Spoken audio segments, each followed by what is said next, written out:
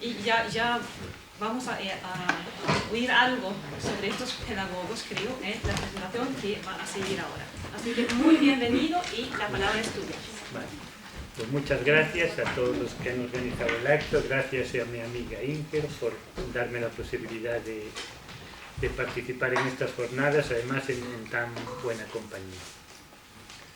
Voy a hablaros de los problemas de la educación en España, pero lo que me temo es que voy a deciros pocas cosas nuevas, porque según las noticias que tengo, las tonterías que se han hecho en España son muy parecidas a las tonterías que se han hecho en Suecia. Que además esto es muy explicable porque los tontos son iguales en todas las latitudes. O sea, cuando conoces personas inteligentes, por mucho que conozcas, siempre puedes conocer a otra persona inteligente que te enseñe más cosas. Los tontos conocidos unos, conocidos todos. Y los tópicos son siempre los mismos. Pero además, antes de hablaros de lo que... En España lo que sucedió, que había un sistema de enseñanza que no era perfecto, razonablemente bueno, y en los 90 se quiso hacer una revolución educativa que consiguió que los niveles bajaran estrepitosamente, que el mal comportamiento subiera como la espuma y, por supuesto, que subiera la privada y la concertada, como es normal. ¿Por qué? ¿Cómo un sistema de enseñanza puede dar tan malos resultados? Entonces, antes de decir cuáles son las causas de la catástrofe educativa, voy a decir cuáles no son las causas. Y esto es muy importante porque los mentores de la reforma, que ya no pueden negar que esto ha sido un desastre, siempre lo achacan a factores circunstanciales, no ha sido la propia reforma. Unos dicen, es que hay familias desestructuradas, porque ahora hay divorcio. No, efectivamente, el divorcio como conquista social en España es muy reciente. Pero antes también había problemas familiares. Si hoy hay los problemas que proceden del divorcio, pues antes había los problemas que proceden de la ausencia del divorcio, de la convivencia forzada, que puede ser atroz para un niño, convivir con dos padres que no se quieren. Había problemas de migración, muchas familias desestructuradas porque el padre o la madre estaban en la emigración y muchos criados con sus abuelos. Y después porque muchos problemas que hoy se abordan a la luz pública, como el que una madre soltera o un hijo esquizofrénico, se ocultaban y eso destrozaba a la familia. Hoy las cosas se plantean abiertamente y no se considera ningún deshonor. Entonces, problemas y familias desestructuradas han existido siempre, así que por ese lado no se puede justificar el desastre de la reforma. Después se alude a la presencia de inmigrantes. Es que ahora hay inmigrantes.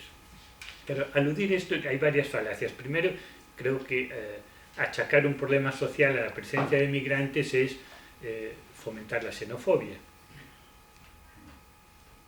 Y eso sí que es un fenómeno también nuevo en España, que coincidió más o menos con la implantación de la reforma.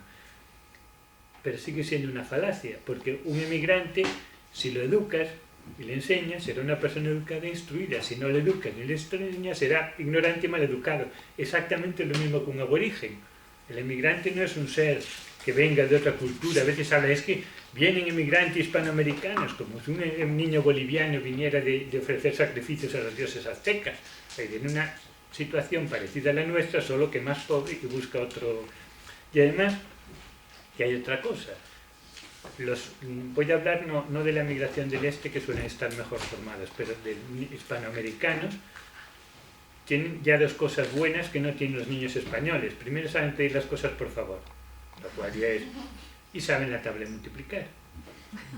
Eso porque precisamente al venir de países más pobres no ha habido dinero para invertir en experimentos educativos delirantes. Entonces, si vienen en un sistema tradicional, por lo menos la tabla de multiplicar la saben, ya es algo.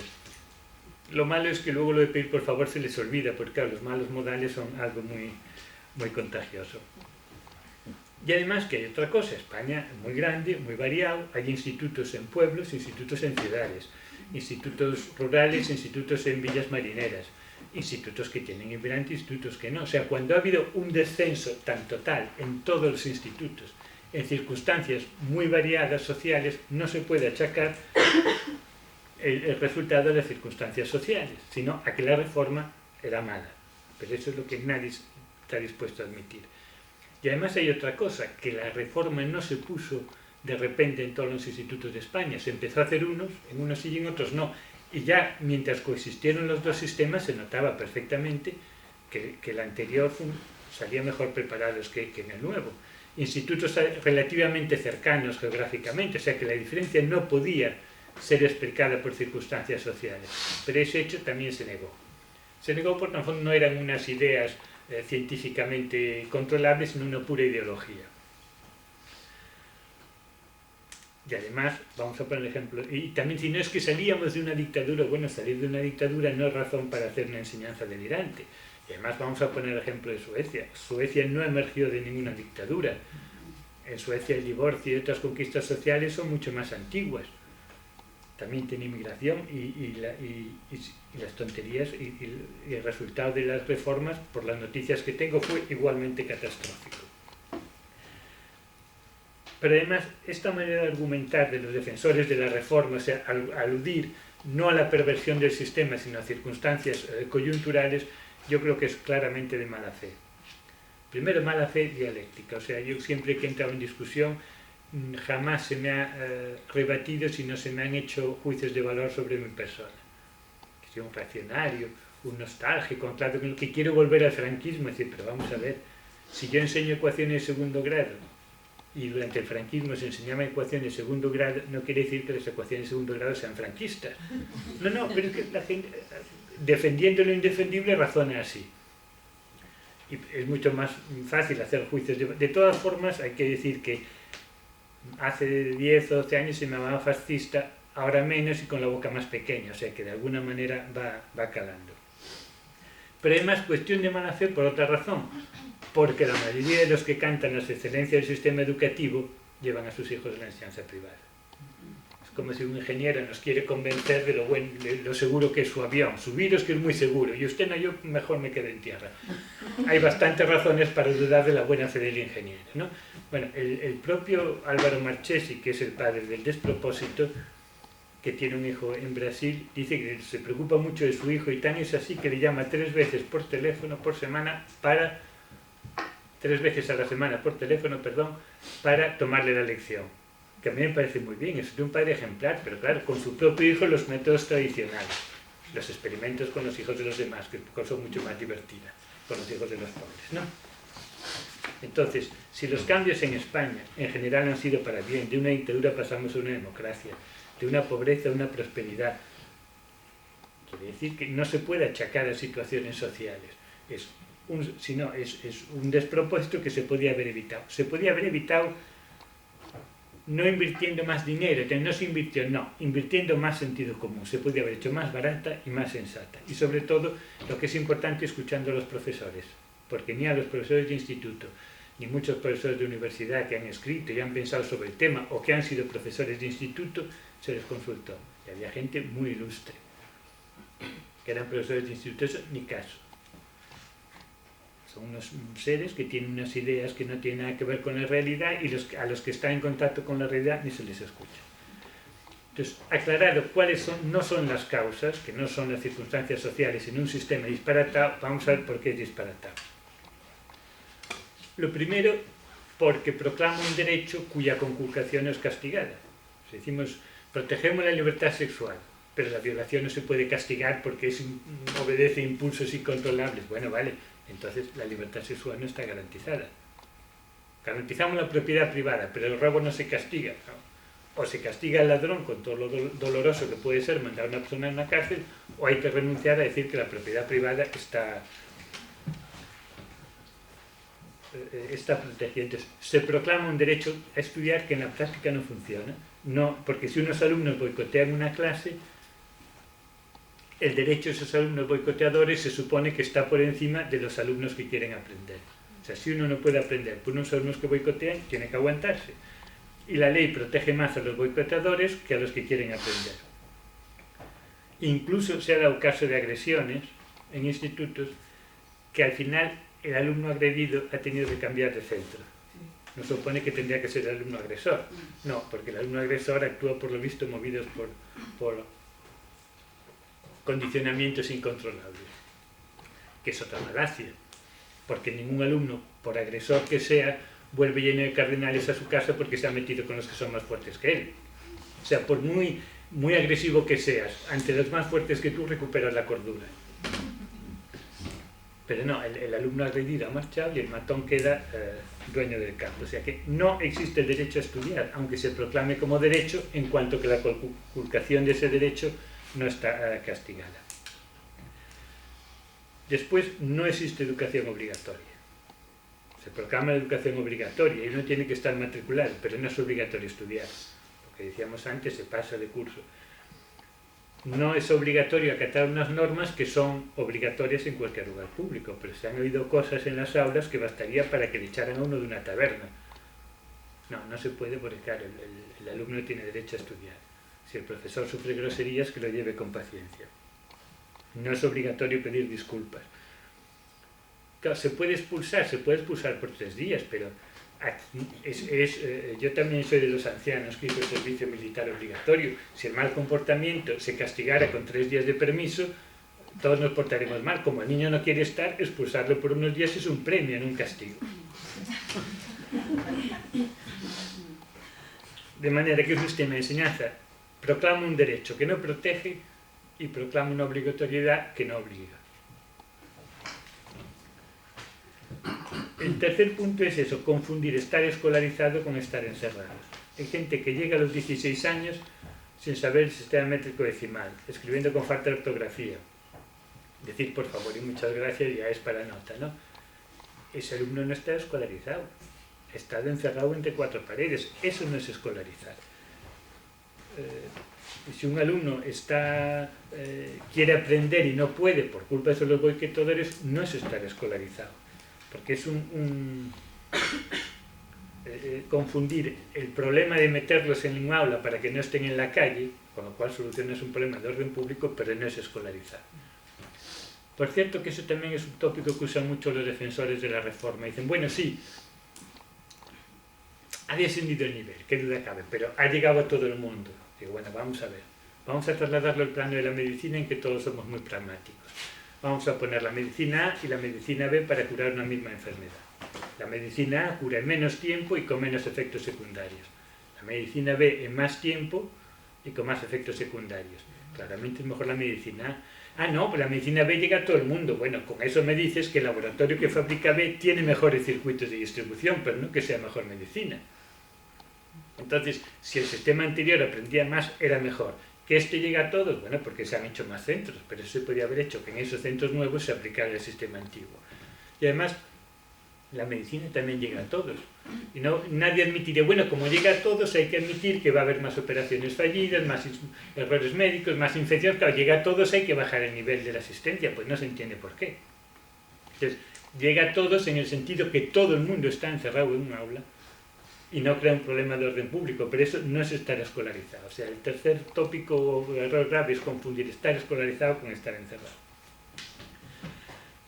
Y otra cosa mucho más terrible es, yo he sostenido a veces incluso que el bachillerato debía durar 6 años. O sea, que a los 12 años un niño tendría que decidir si quiere estudiar un bachillerato o una formación profesional. Bueno, aparte que eso es elitismo, fascista y reaccionario, se me ha dicho, no, es que un niño a los 12 años no está en condiciones de decidir su futuro. Digo, no está en condiciones de decidirlo, pero lo decide. Porque se planta y está dispuesto a no estudiar. No está en condiciones, pero toma esa decisión.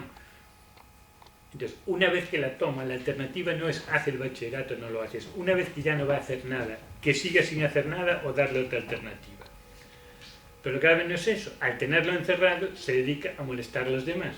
Con lo cual, no solo él se pierde académicamente, sino que pierde a los demás. O sea, que se le deja decidir sobre el futuro de los demás. O sea, pues tú no puedes decidir sobre tu futuro. Ahora, si los 12 a los 16 te dedicas a molestar e impedir que otros estudien y se malogren, eso es que lo puedes hacer. O sea, que por impedir que a los 12 años decida sobre su futuro, a un niño de 12 años se le deja decidir sobre el futuro de sus compañeros. Que a todas luces es mucho más disparatado. Y el quinto punto, el que aludía antes Singer, que a mí me parece uno de los más importantes, es la proliferación de unos expertos que utilizan una jerga pretendidamente científica y que no dicen literalmente más que memeces. Y además por una razón. Cuando algo que es de sentido común, pues si vamos a enseñar por sentido común, hay que hablar despacito y claro, crear ambiente de confianza para que pregunten las dudas, los problemas hay que alternarlos con la teoría y dosificarlos de lo más fácil a lo más difícil, lo entiende cualquiera, ¿no? Eso vamos a elevarlo a la categoría de ciencia. Pues entonces, cuando lo que es de sentido común se eleva a la categoría de ciencia, desaparece el sentido común. Lo decía Chesterton ya sobre el año 9, cuando cuenta su viaje en América, dice, es que cuando entra la pedagogía por la puerta sale el sentido común por la ventana. O sea que esta idea tampoco es muy original mía. A Chesterton voy a aludir a él más de una vez porque me parece un hombre muy agudo y que decía cosas, criticando cosas que hoy se predican como novedosas y que ya entonces eran lugar común. Entonces, ¿qué pasa? Se ha creado una jerga que es completamente vacía. Algo así como si una persona que sea un poco difícil para relacionarse con los demás, pues un amigo le puede decir, mira, tienes más cuidado, más abierto a los demás y así podrás hacer amigos. Pero si lo elevas a categoría de ciencias e inventas las ciencias de la amistad, ya las has estropeado. Son 4 cosas de sentido común. Entonces, si lo que es de sentido común lo elevas a la categoría de ciencia, se acaba el sentido común. Y se crea un lenguaje vacío. Y las jergas vacías son muy peligrosas, porque igual que el lenguaje cambia la realidad, que eso lo saben muy bien los políticos, el lenguaje vacío vacía la realidad, y así se ha vaciado la enseñanza. Entonces hay que saber enfrentarse a esta jerga, nunca callarse entre los delirios de los pedagogos y los orientadores y expertos que pretenden vendernos las excelencias de una reforma disparatada y aprender a argumentar. Y esto es muy difícil, porque argumentar contra un lenguaje vacío, que de puro vacío no deja ni asideros para la argumentación. Un especialista en esto es el ya citado Álvaro Marchesi, que escribe muy bien y es imposible de rebatir. El trozo este que casi lo tengo ya en la memoria, hay que dotar a los alumnos de herramientas para hacer frente a este mundo cada vez más cambiante, lo cual implica un gran consenso entre todos los elementos implicados. Y ahora eso cómo se materializa. Es muy difícil rebatir algo que no tiene significado. Es como un prohombre del fascismo español, José Antonio Primo de Rivera, que decía: España es una unidad de destino en lo universal. ¿Cómo rebates eso si no significa nada? Pero de todas formas no hay más remedio que aprender a rebatir. Y además, sobre todo, porque son muy reacios a cotejar con la realidad.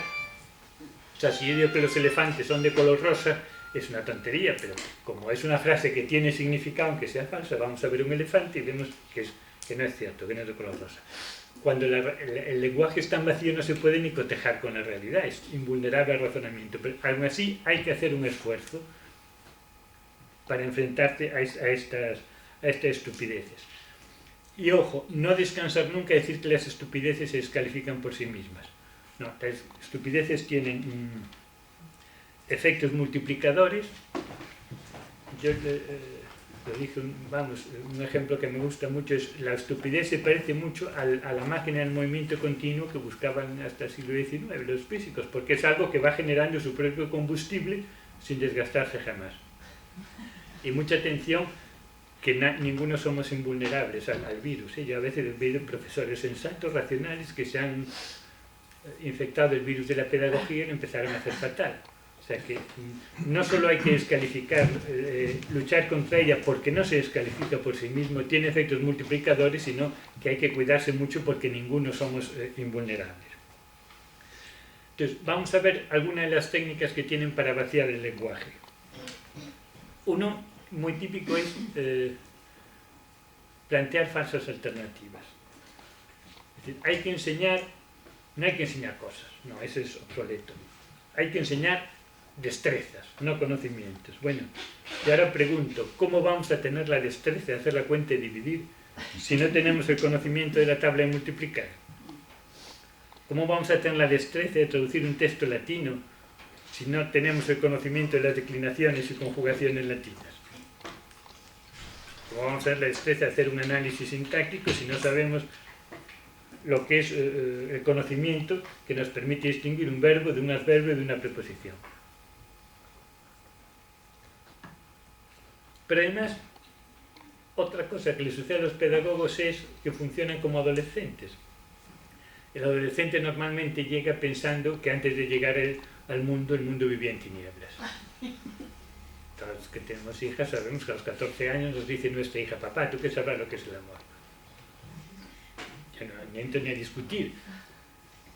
Pero decir como grandes novedades cosas que se han hecho siempre. Yo digo, ¿desde cuándo no han enseñado? Si siempre han enseñado destrezas. Los profesores de matemáticas siempre hemos enseñado a hacer problemas. Los profesores de latín siempre han enseñado a traducir y a comentar textos. Los profesores de literatura y filosofía, pues también a comentar textos, a discutirlos, que es una también técnicas de vaciar el lenguaje. Decir como muy novedoso lo que se ha hecho siempre. Pero además, para que el alumno tenga una destreza, es indispensable que tenga los conocimientos previos a esa destreza. Y para que esa exigencia sea efectiva, pues hay que tomarle la tabla de multiplicar, las declinaciones latinas y la lista de preposiciones. Igual que don Álvaro Marchesi con su hijo. Mira por dónde. Tomarle la lección como se ha hecho siempre, es no ser obsoleto, ni reaccionario, ni caduco, ni nostálgico. Y además, a que no se le sepa poner mala nota. Y si alguien se traumatiza por tener una mala nota, hay una solución: que se aguante. Hay que estudiar. Esta fase alternativa también a veces se plantea conocimiento frente a destrezas, formación frente a contenidos.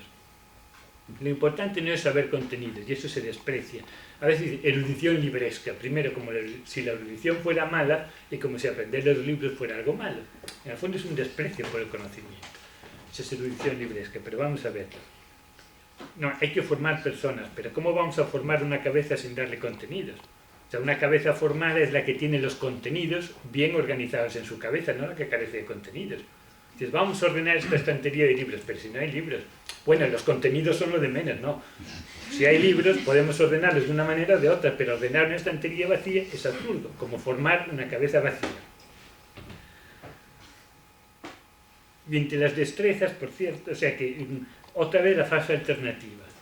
No puedes formar sin dar contenidos. Una de las destrezas más repetidas es aprender a aprender. Esto es una majadería de arriba abajo. Algo así como si hubiera un aprender a nadar que luego te permite aprender a nadar. No, aprender te tiras a la piscina y vas a tragar agua y lo vas a pasar mal, pero si no quieres hacerlo no lo hagas, pero no aprenderás a nadar. Ahora, no creas que te puedes salvarlo haciendo un aprendizaje previo de aprender a nadar. Y ahora, supongamos que lo que quiere decir poniéndonos en el mejor, suponiendo que los pedagogos sean inteligentes, que lo que quiere decir este axioma es que cuando el niño salga de la escuela tenga las suficientes herramientas para aprender por sí mismo. Pues yo digo, cuando más cosas sepa, cuando más erudito y leído y culto sea un estudiante al salir, más posibilidades tendrá de aprender por sí mismo. Yo es que siento ir a contracorriente de las modas, pero soy un entusiasta de los contenidos. Por 3 razones. Para aprender algo nuevo nos apoyamos en lo que ya sabemos. Luego, cuanto más cosas sepas, más puntos de apoyo tienes para saber cosas nuevas. Segundo, el alumno que sabe cosas nuevas, que sabe cosas porque las ha estudiado. O sea, que tiene un hábito de estudio. Y el hábito de estudio que le ha permitido estudiar lo que sabe, que ha adquirido estudiando lo que sabe, le servirá para aprender lo que todavía no sabe. Y, en tercer lugar, porque la sed por aprender es como el agua del mar. Cuando más bebes, más sed tienes. Entonces, cuando más has estudiado, más ganas tienes de estudiar. Si el niño va dotado de grandes destrezas, sabe manejar ordenadores, nuevas tecnologías, pero no sabe cosas, se irá sin curiosidad para aprender. Y eso es lo más importante, que sepa cosas que le sirvan de punto de apoyo, que salga con hábito de trabajo y que salga con curiosidad por aprender. Y entonces ya hemos hecho una labor en la escuela. Pero eso no es aprender a aprender, no es aprender, estudiar, memorizar y trabajar. Otro prejuicio que también está haciendo estragos es que no hay que ser autoritario. Hay que dialogar con el niño. Esto es una mesa. Hacer una persona dialogante es la meta de la educación. Luego es imposible ponerlo al principio. Con lo cual, el profesor ha sido desprovisto de toda autoridad y no hay manera de controlar una clase. Y o se admite que el profesor manda en el aula o no se puede hablar de calidad de enseñanza. Y además, lo que es más grave, despojando al profesor de su autoridad, los alumnos son más libres, están amedrentados por los más matones de la clase. Hay un dicho también del servicio militar, aunque parezca increíble, se aprenden cosas, pero se decía, cuando los oficiales hacen dejación de sus funciones, los sargentos tiranizan a la tropa. Yo prefiero un capitán severo que me mande 4 cosas y me deje en paz que un sargento chusquero que me esté persiguiendo por el cuartel todo el día.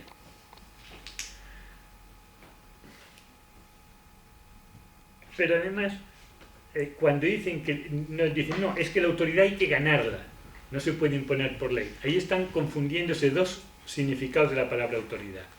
Una cosa es la autoridad, lógicamente, que uno puede ganarse por el buen hacer de su labor profesional. Pongamos, pues eso, un juez. La autoridad moral de un juez pues se la ganará con la serenidad de sus juicios y la ecuanimidad de sus sentencias. Ahora, la autoridad que él necesita para mantener el orden en la sala de juicios se la tienen que dar por ley. Son cosas distintas. También hay profesores que guardo buen recuerdo y tienen en mi memoria gran autoridad moral y otros no. Pero la autoridad cotidiana para mantener el silencio en el alba, claro que tiene que mantenerse, tiene que ponerse por ley. Lo mismo que la autoridad de los agentes de tráfico. Estaría bueno que yo no obedezca a un agente de tráfico porque decido que no tiene suficiente altura moral comparado conmigo y no le tengo que obedecer. Sería de locos. Entonces, la polémica de si la autoridad del profesor debe ser avalada por una ley, o se le debe conceder, o la debe ganar por sí misma, es falsa, porque estamos usando la autoridad también con la palabra autoridad con 2 significados distintos. Ahora, yo ahí también digo que hay mala fe. Confunden adrede el significado de los dos significados de la palabra autoridad. ¿Por qué? Porque admitir que el profesor manda y que necesita ser autoridad atenta contra la corrupción política. Y todo el mundo le gusta tener imagen de profesor innovador, estupendo, y es muy gratificante tener esa imagen. Y hay muchas personas dispuestas a sacrificar la enseñanza pública antes de renunciar a su imagen de profesor innovador y entusiasta. Pero hay más remedio. Y además, que hay otra cosa que hay que tener presente. Bueno, lo que dije antes, la ausencia de autoridad no da lugar a una convivencia fraternal ni mucho menos, sino al abuso de los más fuertes. Pero además, los chavales que no encuentran la autoridad donde deben encontrarla, terminan buscándola donde no deben. Porque hay muchos chicos desnortados que no tienen reglas, ni pautas, ni límites, que acaban integrándose en tribus urbanas buscando ¿qué? Precisamente unas normas que seguir, una autoridad, algo que te estructure un poco el mundo. Hay un dicho que se repite mucho, también como estos tópicos, decir al niño lo educa toda la tribu, que me pone enfermo. El niño educan los padres y los profesores, pero además decir lo educa toda la tribu, bueno, ¿y qué? ¿Y ahora cómo lo llevamos? Vivimos en una sociedad familiar, no tribal, entonces lo educan los padres y lo educan los profesores. Si padres y profesores renuncian a la autoridad, entonces cuando el niño es entonces cuando busca el apoyo de la tribu. Pero cuando fracasa, la autoridad donde debe funcionar. Otro punto también que ha hecho muchísimo daño es la obsesión por el aprendizaje lúdico. Pero claro, aprender y saber cosas y ser persona culta puede ser muy gratificante, pero aprender en cuanto a actividad cotidiana es muy aburrido, es rutinario necesariamente. O sea, no se puede ser un buen músico si no hacen muchas horas de escalas. Ni a ser un bailarín sin hacer muchas horas de barra. Ni a dominar un idioma sin repetir muchas veces ciertas estructuras hasta interiorizarlas. Incluso resolver ciertos problemas de álgebra pueden ser creativos y bonitos, pero no, hasta que no has manejado muy bien el cálculo de fracciones y potencias, no puedes llegar a hacer ya problemas más creativos, pues eso de álgebra o de matemáticas más elevadas. No quiero decir que las escuelas tengan que ser antros de aburrimiento, y además cualquier maestro inteligente sabe alternar pues, los